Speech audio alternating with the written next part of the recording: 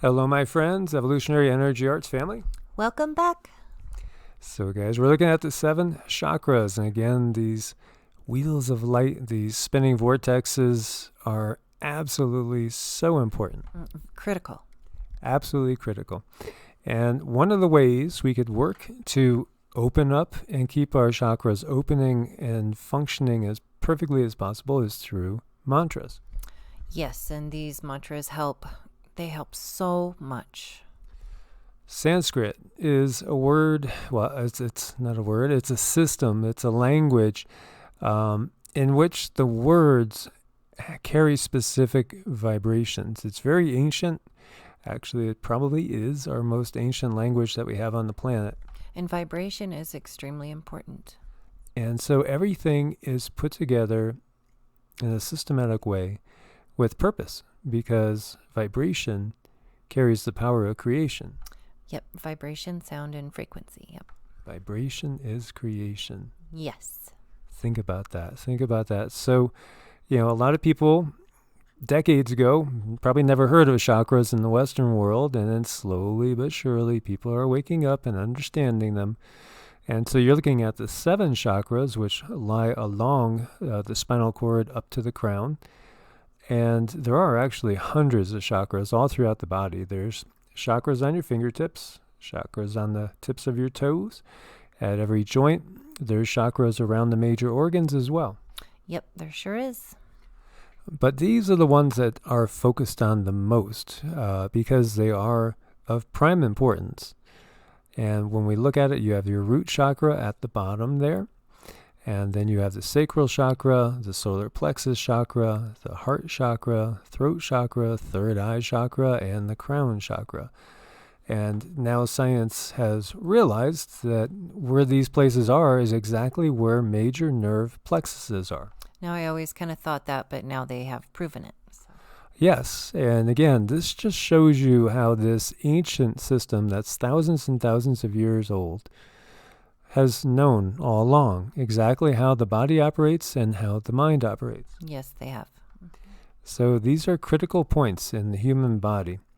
Interesting to note, chakras are basically symbolized as lotuses, as these flowers. Very beautiful. And each chakra carries a specific frequency. And in fact, when you look at all the petals on the chakras that are in these 7 chakras that go in through the spinal system, all the way from the crown down to the coccyx, when you look at all the representations, again, they're all lotuses, and they're all basically these flowering lotuses. And so it's interesting to note that there are altogether 50 petals. That's really interesting because each one of them has a different amount. As you see, the throat chakra 16, the heart 12, solar plexus 10, sacral 6, root 4, coccyx 2 gives you 50. There's also 50 letters in the Sanskrit alphabet. So that's an interesting thing because the Sanskrit alphabet is all about, it's all about sound and vibration, frequency, healing, and harmony. That is a very interesting parallel. And each one of these letters has its own sound. So each one of these letters has its own frequency, and they correlate to each of the petals on the lotuses that are the chakras. So that it would enhance the chakra. Well, so that when you say certain words, you can trigger certain chakras to come into balance, come into harmony, and you could also trigger certain aspects of each of these chakras to come in line in a resonance and a harmony. And all of this stuff is becoming more and more and more important. It is. Isn't that fascinating? See, it's so scientific when you get down to it. And so there are a lot of what we would call healing sounds, seed sounds, that produce certain, again, resonant frequencies in the body. Like when we chant Om. Om is the most important divine word that there is. And it's been correlated to Amun or Amun or Amen over in the, Judaic, Christian, Islamic tradition. Very interesting. So Om is very, very important.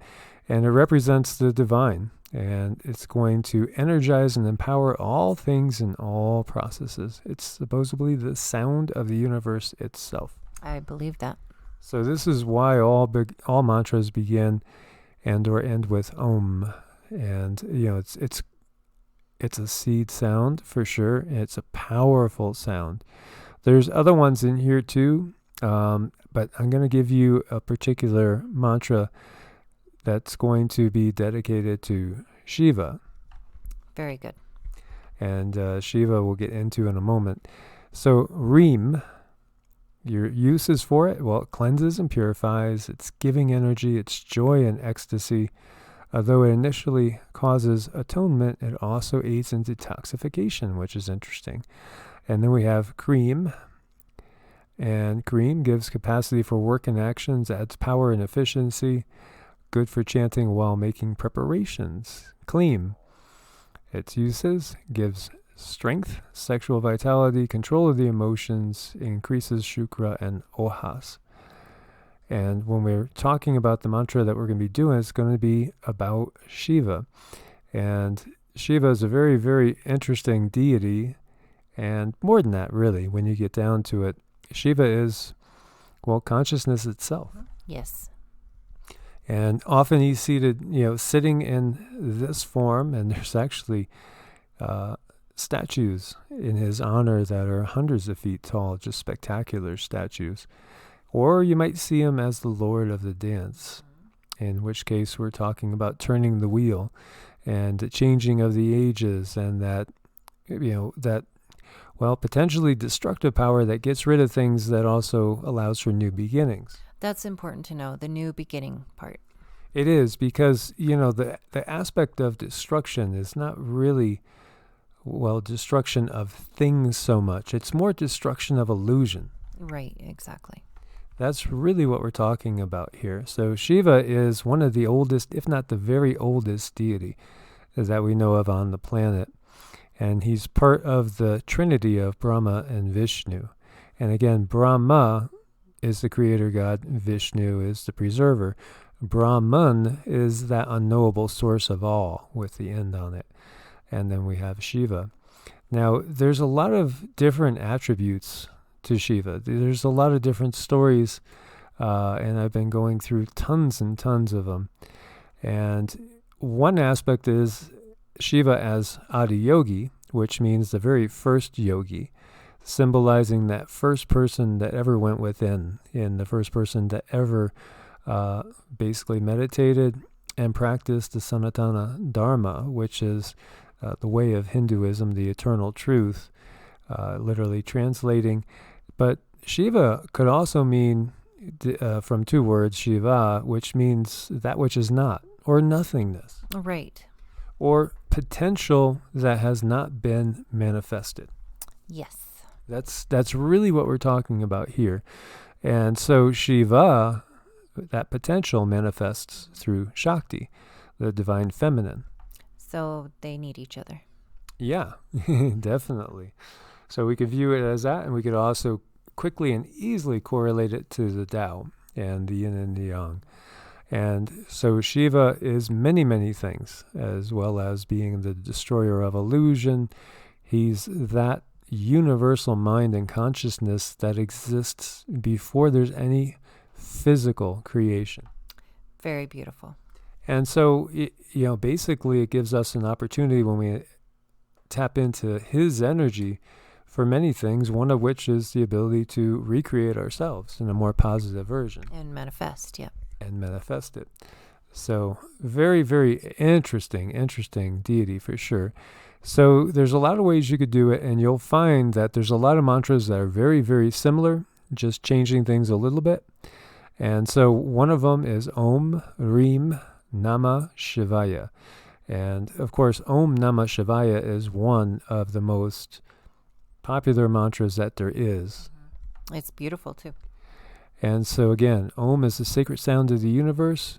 Hrim is the seed mantra of goddess energy.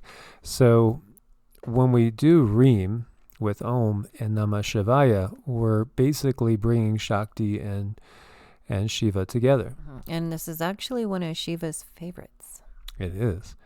And so Nahma is a salutation of humility and dedication, directly translated as not mine. So it's like when people in Christian churches are doing hymns and they say, or they're singing songs, they're saying, not my will, but thy will be done. It's the same thing when you're saying Nahma. And really what you're saying is not the will of me, the little ego, who is personified in this incarnation that might want to have a bigger house, a better car, might need a little bit more money for this and that, paying the bills, the kids' education, all that. But the me that is the higher self that exists always, the eternal self, that knows why I took form in this incarnation. Beautiful vibrations there. So that's what it's really about. It's getting in touch with your purpose for this incarnation.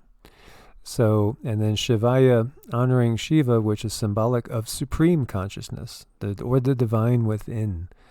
Now, you could also do it Om, Hrim, Shrim, Klim. There's many different variances, and each one of these words, has a meaning again. And this is a little snippet you could play, and you might enjoy it. Very pleasant. And this is Hrim, Shrim, Klim. And again, this is a mantra of love, abundance, and transformation. Hrim is the bija, which is the seed sound mantra of the heart. Shrim is the bija for abundance, and Klim is the bija that attracts. Namah Shivaya is the mantra of transformation that helps us to release what no longer serves. So this mantra calls in the mama and the papa energies so they can dance together in harmony and love. This also feels very cleansing too. It is. And I was doing this today. Did you start doing this today too when I was doing it? No? Okay. I like the feel because it feels balanced. And one of the major issues with this world is that we are totally out of balance. And if we look at the traditional fundamentalist viewpoint on the Abrahamic traditions, it's completely patriarchal. And there's just no mention in most circles of goddess energy at all, divine feminine energy at all. No, they don't mention it one bit. So this is beautiful because it is putting it all together. So Om, Hrim, Shrim, Klim, Namah Shivaya. Beautiful. Thank you guys so much for your support on Ko-Fi and Patreon. As always, God bless and namaste. Namaste.